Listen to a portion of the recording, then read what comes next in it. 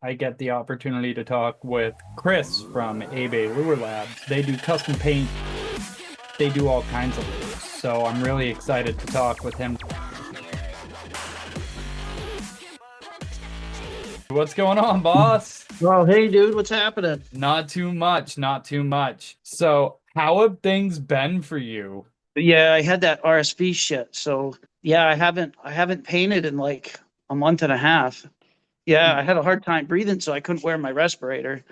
Sorry to hear that, boss. You feeling better lately? Yeah, I'm getting ready to get back into it. I painted up a few things just to get the kinks out and get back in it.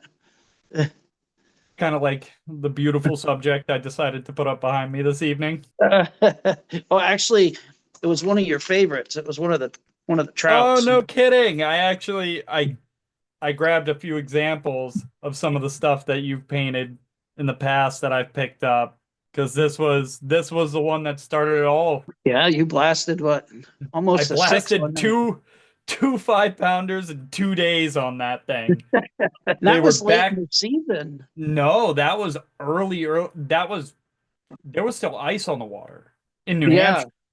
It Okay, was so it was spring. Yeah, I know it was cold. Yeah, it was that freakish stint that we had.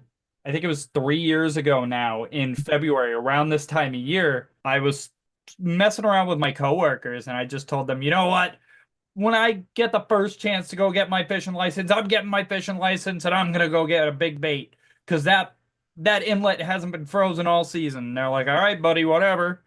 Then me and you met for the first time. I think it was like 2022, 2021, somewhere in there. The expos. And I saw that trout and I was like, they stocked that pond with trout. And Yeah. ever since I've looked for you every season. Yeah. Well, sorry we weren't there this season. Hey, you So, had things going on. well, I'll explain a little bit that too, because, um, well, I got into some large projects. So I had some pretty big orders that I had to knock out, which cut into my prep to get into show season. So That makes sense. usually the end of September, right around October, I'll start painting to get ready for show season. Yeah.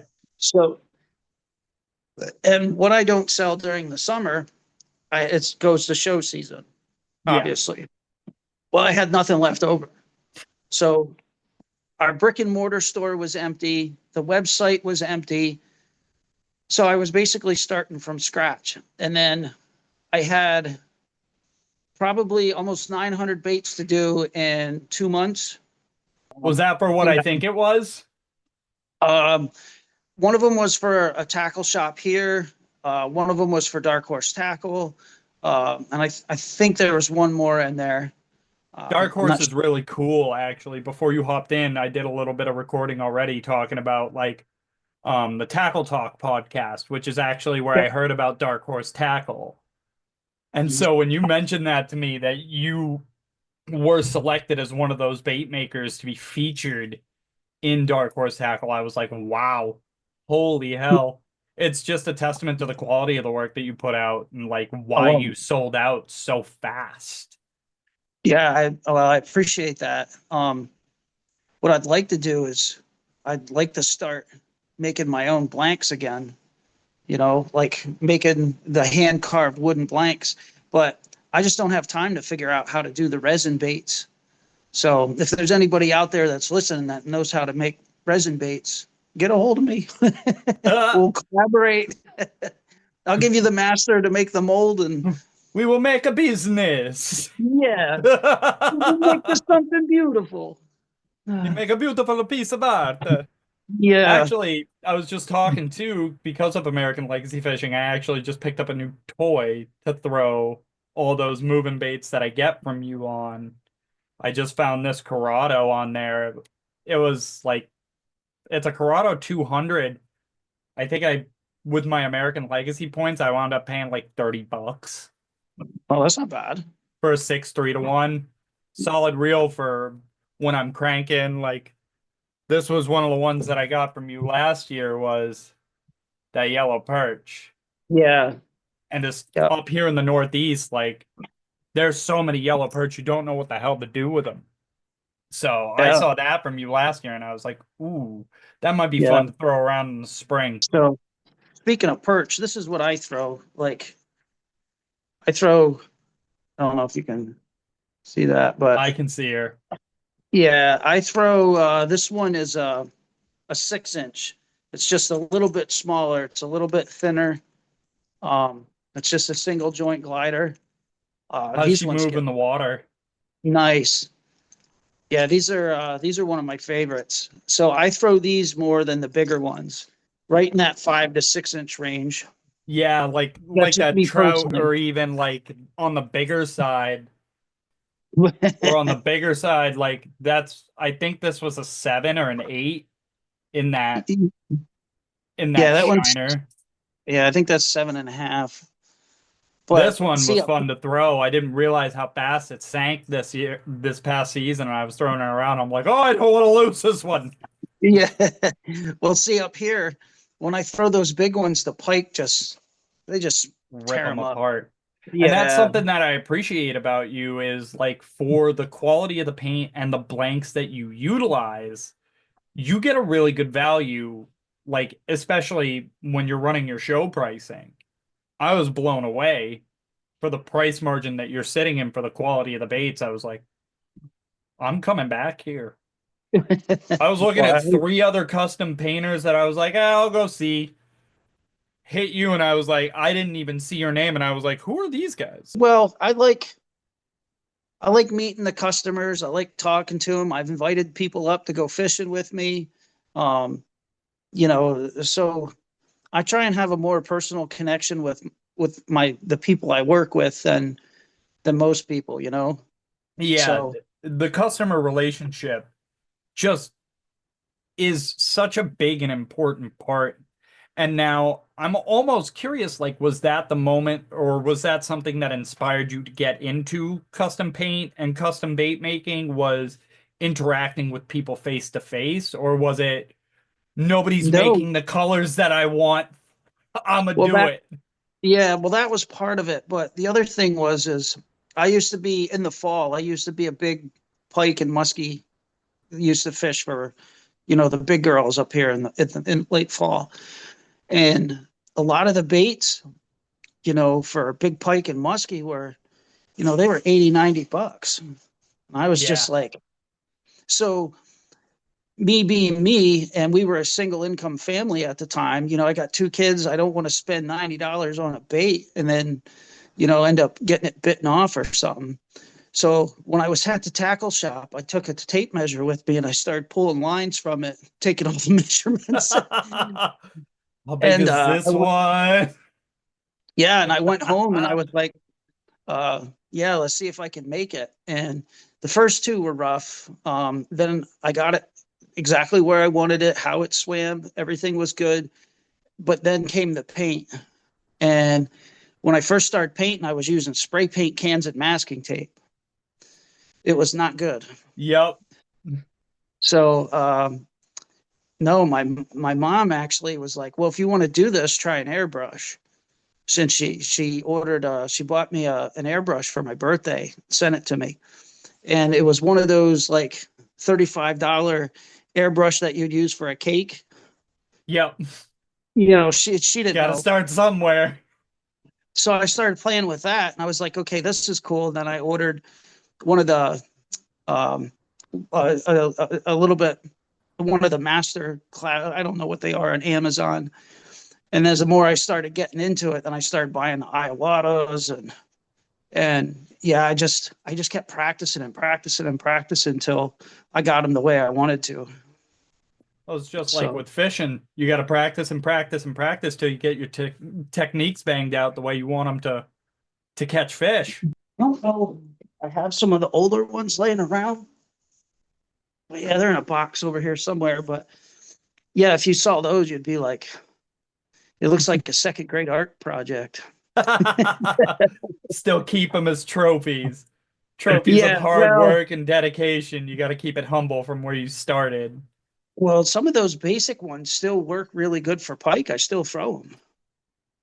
So, It's I mean, they're chewed up. I had to fill them with Bondo and all kinds of shit because, it's crazy because I was just talking with Brian Connolly from New Canoe the other night, okay, and he was telling me about how he still has people who have New Canoe classics from back in like 2008 that are still getting brought to the New Canoe shop, and they're just like, fix it. And he's like, I got new ones, and they're like, no, fix this one. This one's fine. They'll yeah, throw a weld on it and send them away with a kayak that they got back in 2008. that's going to be me with my Old Town. If I upgrade my Old Town, I'm going to go with the autopilot. Only complaint I ever have about Old Town is the weight. Other than that, like they balance good. They're super Yeah, sturdy. They're not gonna crumple on you. There are no soft spots in the deck on those things ever. no, and I'm kind of a beefier guy, so I You have like a the weight. huskier frame. Yeah, yeah. I'm on the verge of husky and put the goddamn fork down. Yeah, I love that kayak. That kayak, because I can climb all over it and I don't feel like tippy at all in that thing. Yeah, So my coworkers, end of the season, we were fishing a place out in Nashua, New Hampshire, and they're watching me deploy my XI3 off the front of the boat, and I'm like kneeling forward on the boat and damn near sinking the tip into the water, and they're like, whoa, whoa, whoa, whoa, whoa, whoa, whoa. You're gonna tip uh, that thing. I'm like, no, yeah. Well, no. do you know Nate Shagnon? I've heard the name. I could not put a face to it right now. Yeah, he's affiliated with Fresh Baits, but he's a, Ah, a smaller, lightweight guy. He does the tank demos for Fresh Baits. But he's another one. He'll stand up in his kayak with his trolling motor going and freaking 2 foot rollers and just go. yep. I can't do that. I'm going swimming. I would like to have that because some of those lighter kayaks they do pretty good actually. That's why I went with New Canoe. The two biggest selling points for me with the New Canoe kayak was the weight of the flint proportionate to the size. I just found Yeah, out it's not for me on big lakes. That's primarily where I've been fishing. That's where I plan to fish this year for Bassmaster, is mostly big lakes. But I will say that flint, for what it was, balanced really nice, and it was only 63 pounds. That and the open deck on New Canoes, with all the rails, everything you can mount to it, the accessibility ports for power, it's yeah, it's a small bass boat. It's a small bass boat. You can hook anything up to it. My friend Jake Angelis, he live scope 2 9-inch sonars set up on the front of the boat, XI3. Ever, I the amount of money that that kid has put into that damn kayak, but yeah. he puts fish in the boat. He wins Well, tournaments. He goes out there and he works hard. well, that's the thing. If you're going to fish tournaments like that, you need to put that equipment on that boat because if you don't, the next guy is, and he's instantly, even before you hit the water, he's got a leg up on the competition. Yeah, I would argue that in the case of live scope and things of that nature, because for example, Jake, as a matter of fact, the last tournament of the year that I fished last season, I was fishing against Jake and we were chit-chatting at one point in the day out in the middle of the water, and he watched, I think it was a 19, no, 18-inch bass, largemouth, chase his jig from 2 foot of water down to 50, cast in the middle of nowhere. There's going to be a fish there, but now we have live scope. So that is a Yeah, leg up. But when it comes to like side scan and 2D and things of that nature, like side scan's great to help you identify cover and if you know what you're looking for. I could that's all. argue guys who have at least side scan are just as competitive if they know their equipment as guys with live scope. Yeah, that's all I use is side scan because Same. because here on the river, those ledges, when I'm going down running my side scan, I'm looking for those ledges that kind of almost have like a step. You know what I mean? So if they come up and suspend, they can still suspend up on that wall on parts of those ledges. Yeah. That and I'm looking for rock piles on top of the ledges Yep. because they'll travel up and down There So are a that's, couple places in particular that come to my mind where that's the exact same thing. It's just piles on ledges, and it'll go from like 2 feet, drop down to like 12 feet, drop down to like 38 feet, down to like 60. yeah. So that's one thing I would say, like about these baits. A lot of these patterns that I'm putting out, you know, they're not willy-nilly. I painted it, clear coated, I'm trying to sell it to you. No, I went out and fished that pattern. Yeah. You know, You took the I put it time to actually see that this works.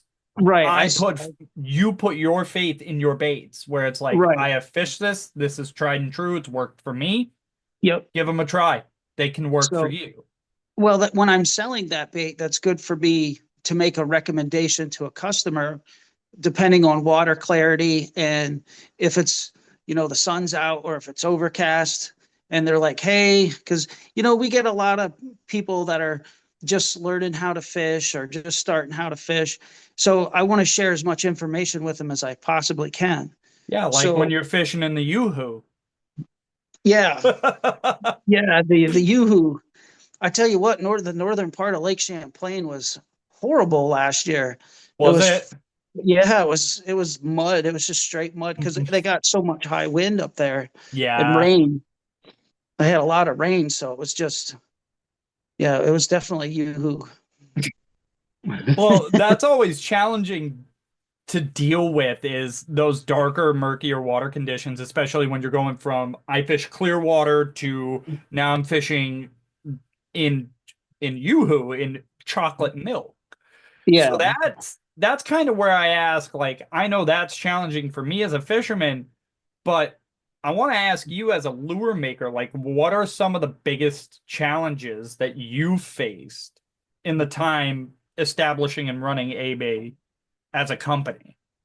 For me was probably like the research and development. Okay, so I don't I'm at a point now. When I first started, I did make baits. All my baits were handmade when I first started.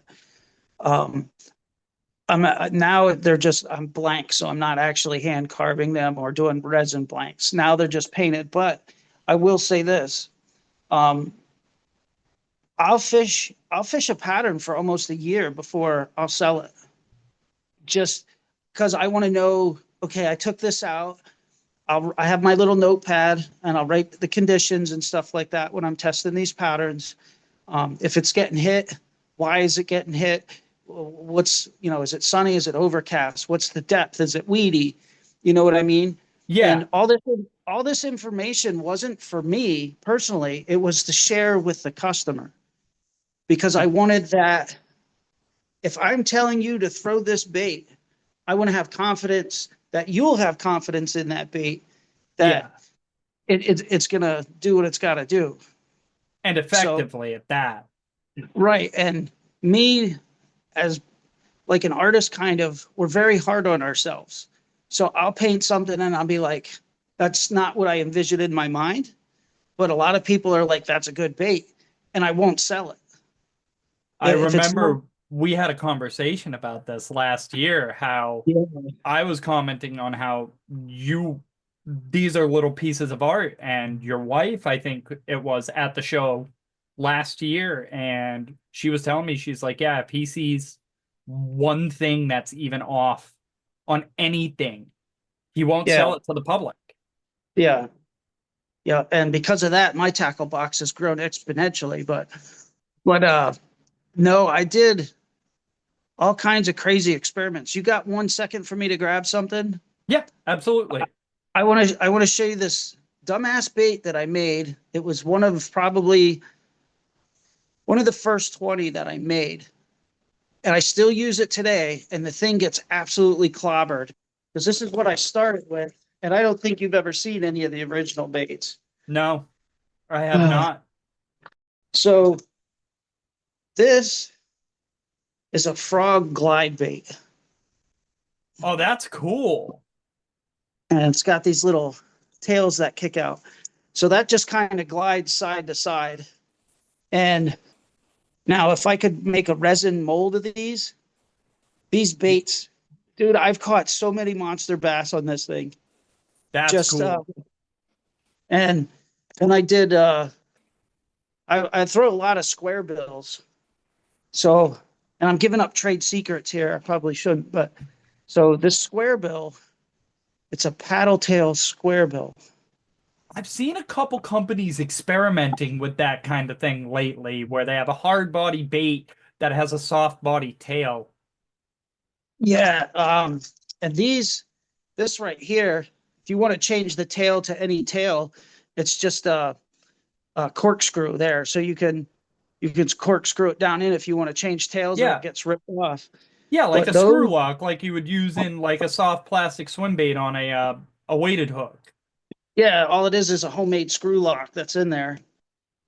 So, and then you have the same kind of style of bait, but with the fire tail, grub tail, and these were the baits that I started, what, 8 years ago? I started selling those. You wouldn't even be able to tell if any of them was filled out with Bondo with the how clean them paint jobs have been looking. Yeah. Well, a lot of them I filled with like wood putty and then so I started experiment with these. These were my pike baits. So I don't know if you can see that. It's like a red perch with that pink Yeah, tail, and it's got a little lip on it. But yeah, those are all the original, um, those are the really original. cool. I would love to get my hands on like one of those frogs Oh because that yeah. was by far my favorite that you pulled out was off rip. You're pulling out a glide bait frog, and I'm like, I've seen frogs that size. I've seen Yeah. big ass bullfrogs. They'll eat them. Well, you'd be surprised. I had 2 pounders eat it.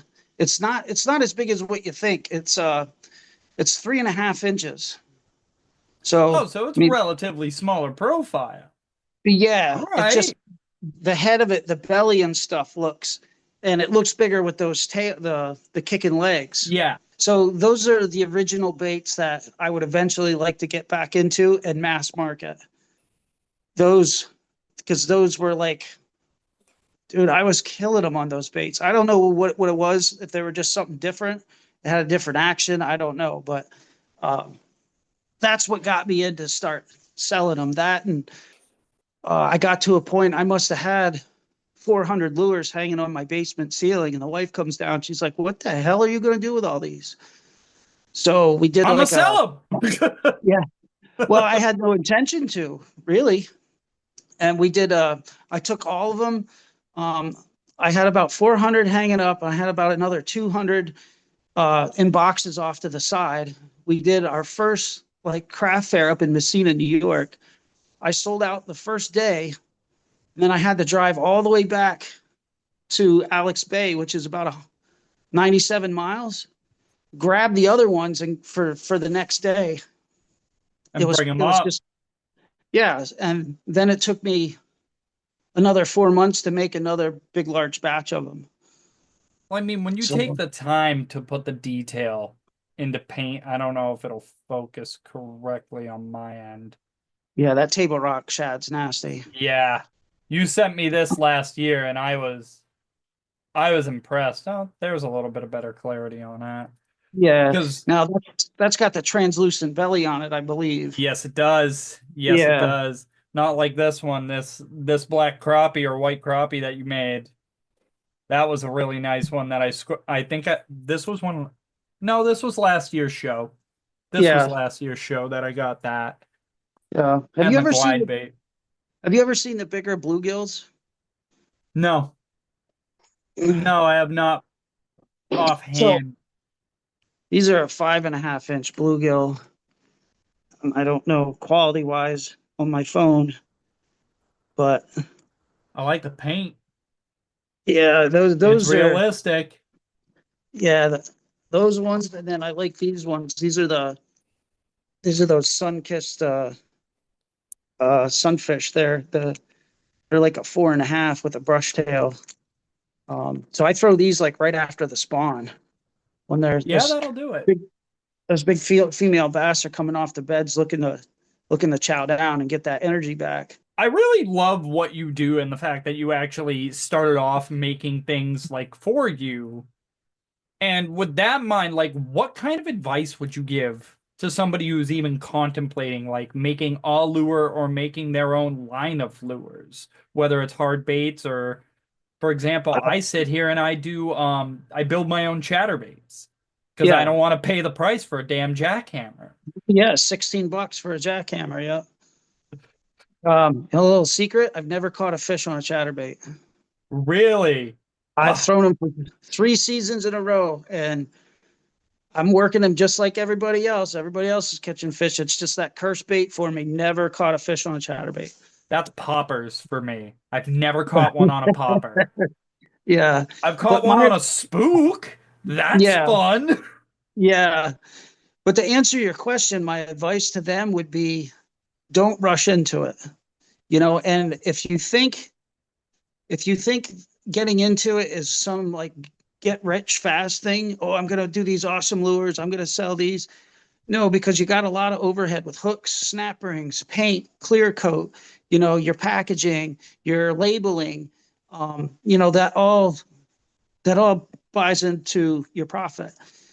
So make sure that you take your time, you have a good product, and I would suggest after you do some, give some to some friends and get their feedback.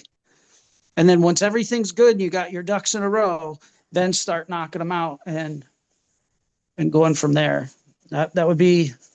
And what I did is I didn't practice on blanks because I didn't want to ruin blanks on something I wasn't sure how it was going to come out. So I cut broomstick handles because they have the curvature like a lure. Yeah, And that's what I practiced like my scale pattern on, like perch stripes. So that way I wasn't wasting blanks. that's a really smart idea because even I've been talking about like I got a couple lures that I would like to paint. So Well, like I have a couple of baits that I want to paint or repaint. I have a MS Slammer that I need repainted. Maybe I'll just send that over to you. I send need it. paint and new tail. I We'll do got it. tails and I have 457 different color paint. So go ahead and So send it. anything that anybody needs, you're the man for the job. That's where I'm gonna send them.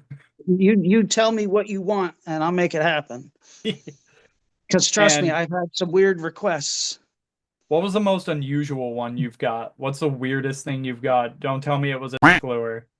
No, just just like bizarre paint schemes, like a lot of them that were really, really hard. And Nate Shagnon was another one that kind of did this. He took the colors from the skirt on his chatterbait and had me put it onto a hard color bait. So there's so many fine little detail colors in there. I'm painting it with the smallest needle possible at like 12 psi, trying to dot those little things in there to get it to come out the way that they want it. But yeah, I got some odd ones. Um, I somebody asked me if I could carve them like a mermaid lure with boobs, like a square bill mermaid. Yeah, No, dude, I'm not doing that. you know, yeah, it's kind of funny, but I'm not wasting my time doing that. I'm making yeah, serious bait no. for serious anglers. There's a couple like funny baits that I've seen that I would love to get my hands on. Like they're stupid Pokemon themed ones, and I've watched people like down in the Amazon hitting giant catfish on topwater Pokemon, and I'm like, the Oh, hell? that North Dakota angler, man, he wallops some smallies on those things. Yeah. Yeah. Yep. Yeah, I watched some of those. I mean, I've done weird ones for myself. I've done some pretty wild wood. It's a wooden buzzbait. And you wouldn't think those two would go together because you want it like the buoyancy is hard to get because when you add a little bit of weight in the wood, it almost got to be perfect for it to stay at the surface, the spin. Yeah. So I did it's a buzzbait, but it almost has like a jerkbait body to it. And I made it for and it floats, it stays right where it's at. No So kidding. yeah, so I had to get it the buoyancy right with the snap rings and hooks where it would just sit below the surface. And I almost like sweep it like boop, boop, boop, and stop. You know what I mean? It's instead of Yeah, you almost just chug it. reeling it. Tuk, tuk, tuk, tuk, tuk, Yeah, tuk, tuk, and tuk, tuk, tuk, tuk, just tuk, I tuk. whip it as just get it as loud as I could. And that was a fun bait. That got hammered. A lot. But yeah, sometimes doing weird projects is fun. It's a challenge. Yeah, weird is good. Weird is a Yeah, beautiful thing because it gives you something unique to kind of put behind you where you're like, yeah, I did this funky thing, and somebody could catch their eye on that and be like, that is strange, but that is such a masterpiece. right. But if you want to sell lures, here's another tidbit. If you want to sell lures, make something or paint something that stands out different than what everybody else has. That's what happened to me with the trout. The realism on that trout, the first lure we ever met over, the Yeah, realism on that was what drew me in. I was like, that looks like a rainbow I would catch out of the pond at my work. yeah, yep. And so a lot of people don't know this. I used to live in Connecticut. So I fished a lot of those New England ponds and lakes from, New Hampshire, Vermont, Massachusetts, Connecticut, even up to Maine. So I know the bait fish that are in those waters. You know what I mean? So I'll paint, You know, the forge. yeah, like the golden. I don't know how well you can see that, like the golden shiners. It's Yeah, kind of dark. like this one that I actually requested from you, even though it got hit so hard so many times that the feathers came off. Yeah, and those were super glued on there. They were wrapped and super glued. Yeah, But Bass like, destroyed those. but I'll do like weird paint jobs, like it's an Like a off pink white with a, pop and perch right there. yeah. Well, it's a clash. You know, it's like an off white with pink and black stripes on it. And but see, this is only good for spring bait. For some True. reason, you start hitting like the third week in June, they won't hit it anymore for some reason. Do you still have my address? I think I do. Well, I'll text it to you. You send me your bait and I'll do her up for you. All right. I can do that. I can Yeah. do that. Yeah. And if anybody else wants to get work done through you, custom baits, want to take a look, where can people find your stuff and help you Well, get back up? And I'm not to I'm put more hoping. business on you, but business Yeah, isn't no, that's bad. good. Yeah, no, yeah, it's a good problem to have. I want to have the website up by April 1st. And you can always contact me on Instagram and on Facebook too. Now, I got a couple people out there. I think I have two orders I still got to do yet because I got so backed up. I Yeah. think there's two orders that I still have to get done and out to people. And I feel bad because I told them I'd get it to them like the end of December, sometime mid-January. I do not like being behind. If I give somebody a timeline, I want to meet it. Yeah. Yeah. I don't blame you on that one. I Yeah, hear it's that. just, I hear that from the boss in my company all the time where he's like, I got these four jobs that need to go out. yeah. I mean, if I got to stay in the shop till 3 in the morning to knock them out, then that's what it takes, and that's what we're gonna do. Um, but It's yeah, a the last passion one. and a drive you have to do this and to do it right. Yeah, but after doing it for 8 years, I got burnt. I'm not gonna be honest with you. I got burnt out a little bit because I was doing 16-hour days, 6 days a week for like almost 5 years, 4 years. So yeah, you Uh, get yeah, it'll burn you out. And that's the other thing I don't think I'm gonna do. I was doing those large tackle shop orders for like, 700 pieces. And when I do them, 700 pieces is gonna take me 6 to 7 weeks to paint them, snap rings, hooks, packaging, labeling. I do everything myself. So, I mean, my wife and my kids help me out as much as I can, but Christina is busy doing the books and everything like that for me. So, um, and most of my work, my best work gets done between 10 and 2 a.m., to be honest with you. Because I have no distractions. yep. Everything's quiet. I can put my headphones on and just let it rip. My best work normally happens at like 6 o'clock in the morning till like 10 o'clock in the morning. And that's usually because the bite's good. Yeah. I'm like, where you went with that was good. Well, Yeah. hopefully this year we get to chat more and I get a couple more. I think I'm gonna send out that MS Slammer to you because she a little rough. She was a gift from a buddy of mine and I love yeah, restoration projects. Did yeah, you ever you see those MS Slammers I did with Custom Creations out of Rhode no, Island? no. Oh, dude, those were dynamite.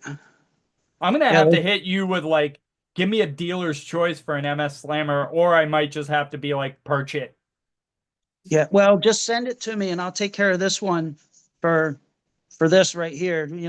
Exchange for publicity. I'll do that.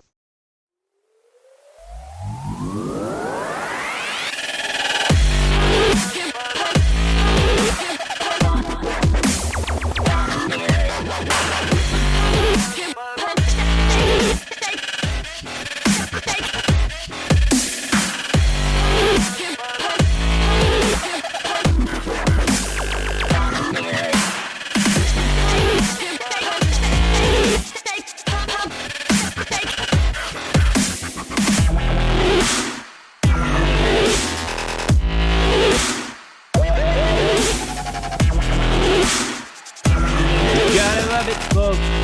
The dead rig works. The dead rig works.